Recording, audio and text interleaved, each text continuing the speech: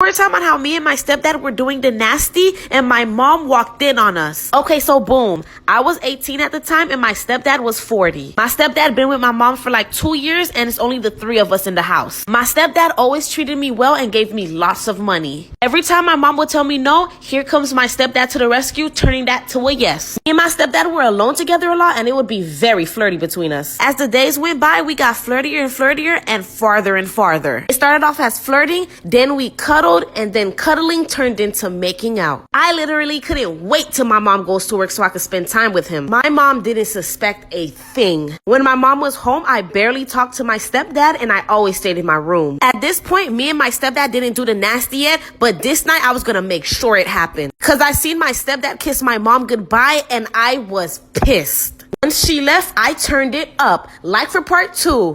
I'm going to tell you guys about the time that my entire class teamed up to take my teacher down. And by down, I mean fired, which is terrible, but... And to be clear, I wasn't involved in the incident. I was just asked in to be a witness along with the rest of the class. If you're not interested at this point, like, I don't even know. So when I was in 6th grade, I had this teacher called Mr. W. We're going to call him Mr. W. He was our science teacher. And he was fine. He wasn't, like, amazing or bad. He was just okay. He did smell, like, really, really bad. But again, that didn't affect his teaching at all. One day, however, I don't even know how this happened. He asked us all to get started on our work. He was a little irritated that day. I don't even remember why. One of the girls in our class, her name was Summer. She didn't have her workbook. Mr. W asked her where her work was. I didn't bring it today. They started arguing. The rest of the class was kind of silent, just watching this. She's a nice girl. She wasn't attacking him or anything. He did, however, get very angry. So angry, in fact, that he grabbed his binder and threw it across the room over her head. It just barely skipped her head and slammed on the floor. This wasn't like an empty binder from the dollar store. It was a teacher binder full of work. We were all silent. Summer stopped talking. Look for part 2. If you're ever driving late at night, don't do what they did. 2 boys picked up a girl on the side of the road while they were on their way to a school dance. In the car, she kept saying that she was cold, so one of the boys gave her his jacket. But when the night ended and they were about to drop her off, the girl accidentally left with the jacket. So the boys said that they would just come back the next day to get it. But when they came back and knocked on her door, they discovered something that would make them question what is real and what isn't. An old woman opened the door and asked them who they were looking for.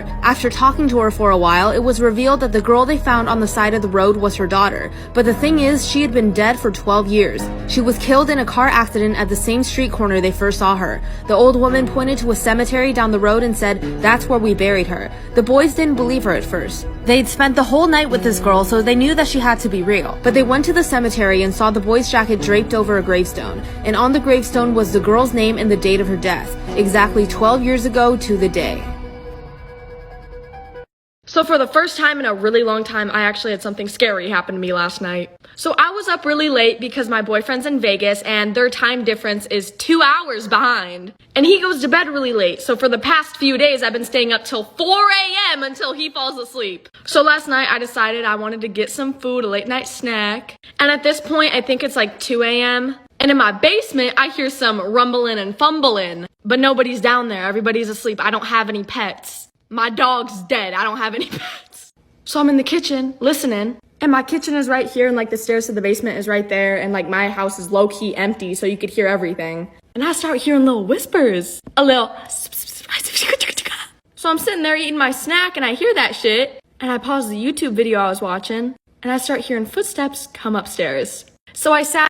When my grandma passed away, she left each of her grandkids money to put them through college debt-free. But this fund stayed in our parents' names until we turned 18. My sister got pregnant her sophomore year of high school. She was panicking about college. The baby daddy left, and she hasn't tried to find him to get child support. All of that stress caused a hard, complicated pregnancy, but both are okay. She graduated this last December with about $2,000 in debt. I figured she used all the money grandma left for her pregnancy and had to take out a loan.